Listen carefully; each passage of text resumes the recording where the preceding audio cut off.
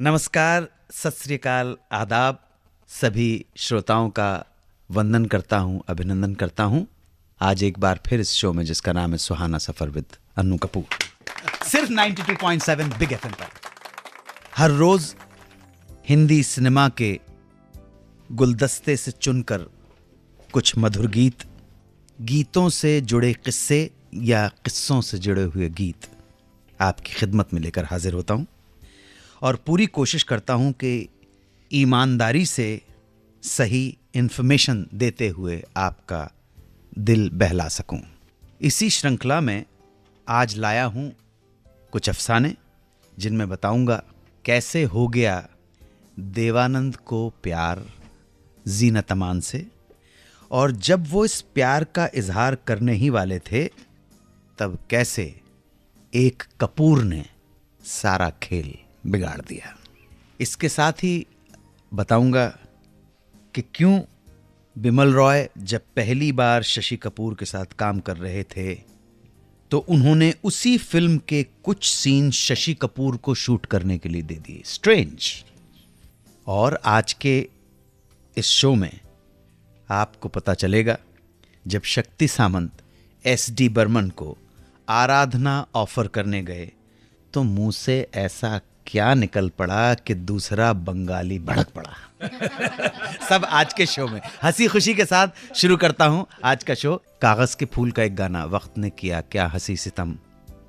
एक light effect use किया गया है जहां स्टूडियो की छत से एक रोशनी का, प्रकाश का पुंज आता हुआ दिखाई देता है, जहां गाने के बोल सुनाई पड़ते हैं, बेकरार दिल किस तरह मिले।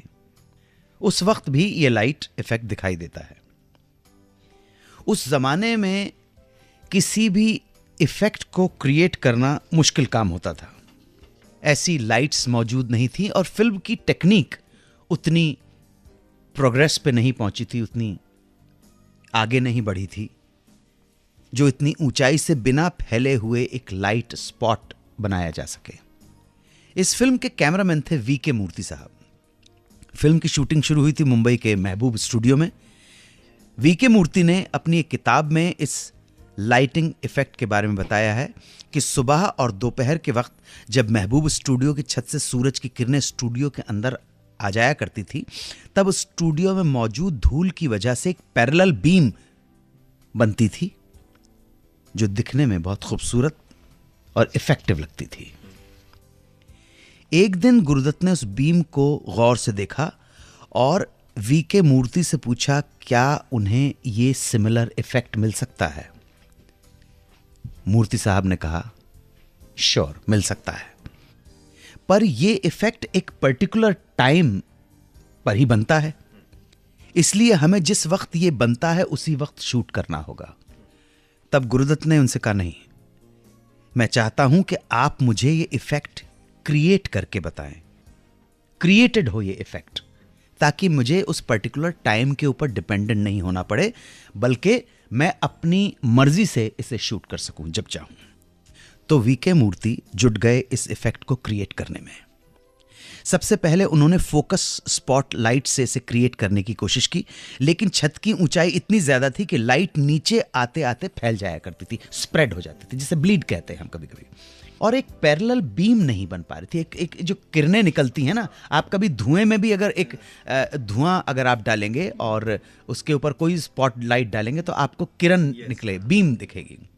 कुछ दिनों तक वो और तिकड़म लगाते रहे लेकिन हर बार नाकामयाब रहे। फिर उन्होंने सोचा कि वो शायद ये इफेक्ट क्रिएट कर ही नहीं पाएंगे। तभी एक दिन जब वो स्टूडियो में लंच कर रहे थे तब यूनिट का मेकअप मैन अपने हाथ में शीशा लेकर उनके पास से गुजरा। अब देखिए चीज़ें कैसे हो जाती हैं, और जो जीनियस होते हैं ना वो किसी भी सिचुएशन को अपने फेवर में बना दे, उस सिचुएशन से इंस्पायर हो जाए, जीनियस वही होता है। वो यूनिट का मेकअप मैन अपने हाथ में शीशा लेकर पास से गुजरा तो सूरज की रोशनी शीशे से रिफ्लेक्ट होकर स्टूडियो की दीवार पर पड़ गई और एकदम सही पैरेलल बीम वहां बन के सामने आई। और यहीं से वी.के. मूर्ति को मिल गया आइडिया।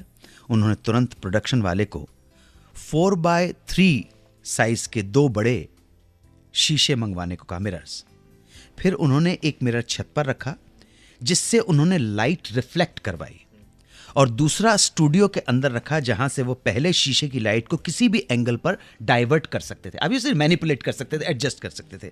फिर उन्होंने आर्टिफिशियल धुएं का भी इस्तेमाल किया ताकि ये लाइट का बीम ज़्यादा उभर कर सामने आए। तो इस तरह बहुत तगड़ी कोशिश के बाद आखिरकार वी के मूर्ति कामयाब हुए इस लाइट इफेक्ट को क्रिएट करने में। और जब उस जमाने के एक सीनियर कैमरामैन फरीदून ईरानी साहब ने देखा तो उन्होंने वी के मूर्ति से कहा एक्सीलेंट। और कागज के फूल के रिलीज के बाद रिव्यूज में आया कि फिल्म की वी के मूर्ति की फोटोग्राफी इतनी शानदार थी कि कहानी के पात्र अलग से निखर कर सामने आते हैं। जोरदार तालियां वी के मूर्ति साहब के लिए।